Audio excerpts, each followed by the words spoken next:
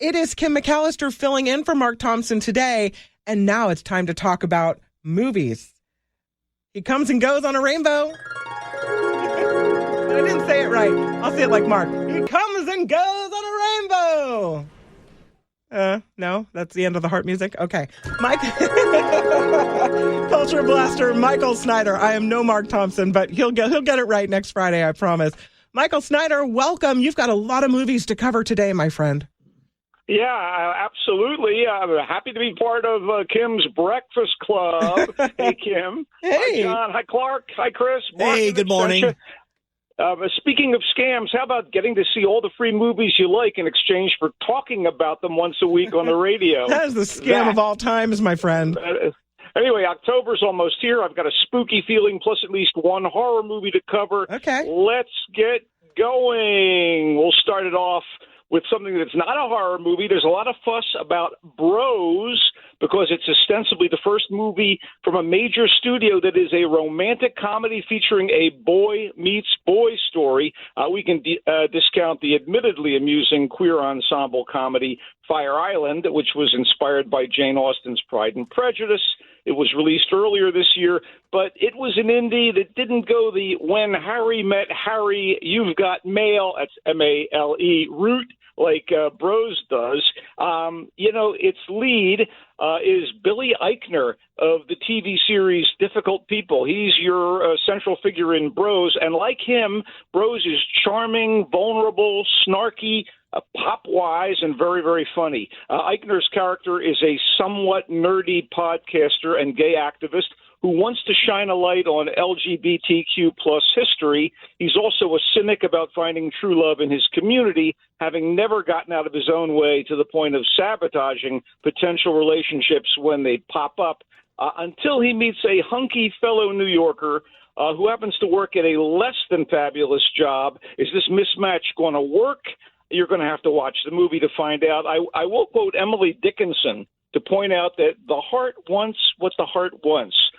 Spicing things up here, there are some nifty cameos from Kristen Chenoweth and Deborah Messing and a few other familiar performers whose gags I shall not spoil. Bros is directed with comic flair by Nicholas Stoller, who did Forgetting Sarah Marshall and the Seth Rogen Neighbors movies, and co-written by Eichner and Stoller. We are in good hands here. Bros flies on the comedic strength and likability of Eichner and his cast, and the universal nature of the search for love. If you like a good rom-com, I recommend it, whether you're gay, straight, or anywhere else on the sexuality spectrum. Bros is in theaters. Yes, you're speaking my language, and those guys are hunks, too. It doesn't bother me that they're gay. They're very beautiful to look at. Yeah, the guy who plays opposite Eichner, Luke McFarlane, also is kind of charming in a Channing Tatum kind of way. Anyway, let's move on, shall we? We shall. All right. I promised a horror film. Smile seems ripe for a franchise since it introduces a menace that, like the movies It Follows and The Ring, could prey on a series of victims. To be upfront, I preferred it to The Ring, but It Follows is a much more effective horror movie that doesn't have the logic problems and plot holes that come up in Smile. But that said, there are many effective scenes in Smile, courtesy of screenwriter-director Parker Finn. You get your jump scares, you get mundane situations that subtly turn harrowing, and you get general sinisterness. I mean, it is well-directed and well-acted, especially by Sosie Bacon as Rose Cotter, a young woman who chose to become a psychiatrist in response to trauma she experienced as a child. Is that Kevin Bacon's daughter? I'm getting to that. Dr. Rose works in the psychiatric wing of a hospital. She works in the psychiatric wing, and that's where she encounters an unhinged patient whose own issues draw our heroine into the madness.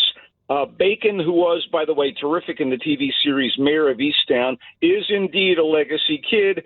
Her parents are Kira Sedgwick and Kevin Bacon, and she's a credit to the family business. What can I say, Kim? Bacon is sizzling here. And you know what? She's no degrees of Kevin Bacon. How about that? That's right. Anyway, if horror is your thing, this thing should have enough horror to satisfy. Note, despite the title, Smile will make you shriek rather than grin. It's in theaters this weekend.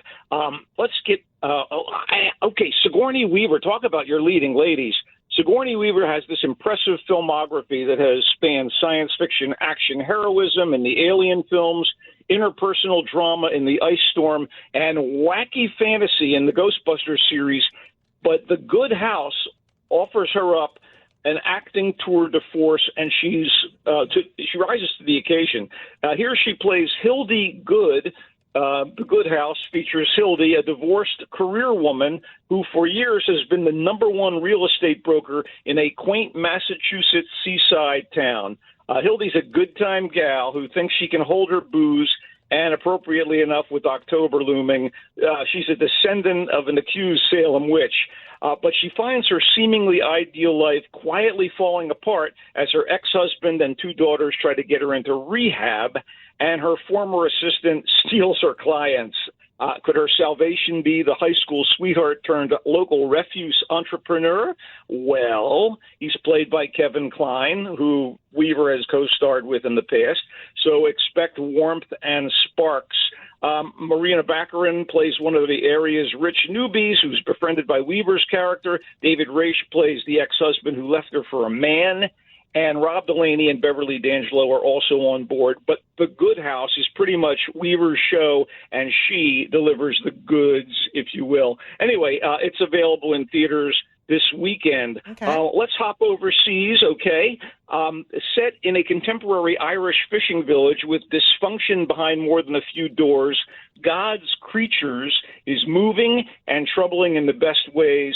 The wonderful Emily Watson is front and center as Aileen O'Hara, a well-regarded local woman who works at the fishery in town, and all is business as usual until her wayward son, Brian, played by Paul Mescal, returns home after a long time away, determined to make a living again in the family business, even if he commits certain transgressions to achieve his ends.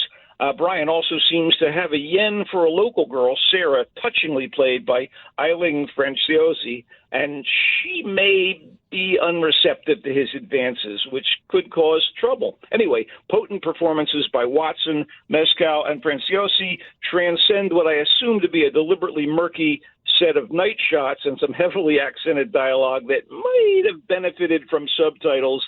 It's in English, but the Irish accents are thick. And the ending was sort of abrupt in its shift of focus, but God's Creatures, directed by Sayela Davis and Anna Rose Holmer, is a dark drama about the limits of maternal love that is well worth experiencing. It's in theaters and available to be streamed on demand.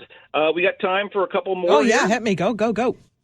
Okay, based on a true story that seems straight out of the Shaggy Doghouse, The Greatest Beer Run Ever. Here's our movie, John. We got it. It intrigues as an unlikely look at the Vietnam War through the eyes of Chicky, a regular New York guy who was in the peacetime military, works as a merchant marine, and is so unsettled by the anti-war sentiments on the home front in the mid-1960s that he decides to support his neighborhood buddies who were drafted or enlisted and are risking their lives in Nam by loading up a duffel bag with cans of Pabst Blue Ribbon, catching a freighter to Southeast Asia, and bringing beer to his buddies on the front lines.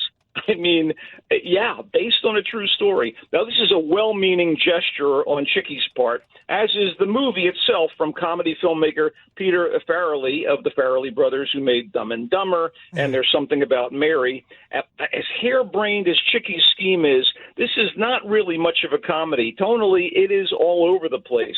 As for the cast, Zac Efron as Chicky he's okay. He's solid. And there are a couple of big names in supporting roles. Russell Crowe plays a war correspondent photographer, and Bill Murray is the owner of the bar where Chicky and his pals hang out back in New York City. But as beer goes, this is not one of your gold medal crafted brews. But that said, it's in theaters and available for streaming on Apple TV. Again, the Halloween vibe is going to start ramping up. So how about Hocus Pocus 2? What do you think? I'm so glad that you brought this one up because I want to do family movie night with this. Is it streaming? It is indeed on Disney Plus, and this is pretty ideal for family movie night. In fact, the family-friendly 1993 supernatural comedy Hocus Pocus, which featured the three Sanderson sisters, time-traveling, troublemaking sorceresses from the colonial era witch hunts in Salem, Massachusetts. Oh, my God, it's kind of a callback to The Good House. This finally has a sequel 3 decades later. If memory serves me, the Sandersons were played with such demented glee by Bette Midler, Kathy Najimy, and Sarah Jessica Parker that Hocus Pocus was considerable fun. Yes. Maybe it was inevitable that an executive at the Disney Plus streaming channel saw a need for attractive programming to lure the eyes of candy-gobbling trick-or-treaters and went, Hocus Pocus 2, let's make it happen. Yeah. Whatever the reason, the sisterly witches, played by Midler, Najimy, and Parker, looking remarkably like they did in the 1993 movie, rematerialized to torment 21st century Salem and gobble up local children, thanks to the ministrations of a magic shop owner and 3 modern-day teenage girls who foolishly mess with spellcasting under a full moon at Halloween. Veep Sam Richardson and Tony Hale play respectively the magic shop owner and the mayor of Salem. Those guys, Doug Jones, who you may know and love from Star Trek, the latest Star Trek iteration, okay. Hannah Waddingham from, the wonderful Apple TV show Ted Lasso, and the witchy trio are all veterans who bring it strong. But as witches brews go, this one is a little flat. Let's think about this, though. 3 decades later, a sequel about these witches, so it kind of does suffer from a touch of broomatism. Anyway, it's still a seasonally appropriate diversion for the whole family. Hocus Pocus 2 is on Disney Plus. All right, you want to do one more? If you Let's can do squeeze one in really fast. Okay, hit it. If you remember and enjoyed the 2 1980s Fletch movies that starred Chevy Chase as the investigative reporter turned fixer for hire, Irwin M. Fletcher, and mixed mystery and comedy, I got good news for you. There's a new Fletch movie that I loved. It's called Confess Fletch. It's a really terrific version of the character from Gregory MacDonald's novels, played by John Hamm here, and he is ideal in this one. It's just charming and wonderful stuff. It's Confess Fletch. Talk about diversions on the weekend. If you can hustle that up online, I recommend it. And it features, in addition to Hamm, Kyle MacLachlan, Marcia Gay Harden, Robert Picardo, and John Slattery, Hamm's old buddy from Mad Men. I really got a kick out of Confess Fletch. I won't blow the plot, but I will tell you it's one of my favorite films of the week. So it's funny, you're talking about John Hamm in that movie, and we were talking about that movie yesterday off the air, and we thought that maybe John Hamm was miscast and they should have made Ryan Reynolds Fletch. We thought that would have been good. But you like John Hamm in it. I did. I think Ryan Reynolds is busy playing Deadpool sometime over the next year or two. So, that's true. Choose your franchise, Kim. That's what I always say. That's okay. All right, then. This is your list, your rundown. Bros, a gay romantic comedy. You liked it. Smile, a horror movie. You said it was well-directed and well-acted. The Good House was... it's okay. It's okay? It's all right. You think it's okay? The Good House with Sigourney Weaver. Great acting about a drinking real estate agent who goes to rehab. You said it has warmth and sparks. God's Creature, set in Ireland. You said it was moving and troubling in all the best ways, and you liked it, even though it had an abrupt ending. The Greatest Beer Run Ever, about a guy taking beer to his buddies fighting the war in Vietnam. You said it wasn't much of a comedy, that it was all over the place. Hocus Pocus 2, you said it's about witches rematerializing, and it fell a little flat for you. But you know what? Critics didn't like the first Hocus Pocus either, and everybody else did. So I don't know. I'm watching it anyway. And Confess Fletch, you said you loved it, and I'm surprised that you loved it, but you did. I did. Well, love is a pretty strong word. And remember, I'm trying to scare people in October, so maybe I'm just setting them up to be disappointed. Who knows? I don't know. Anyway, there you go. Culture Blaster, Michael Snyder from the Marina Times. He comes and goes on a rainbow. Thank you for being here. We appreciate it so very much. My pleasure. Go Niners. Go Niners. Thanks, Michael.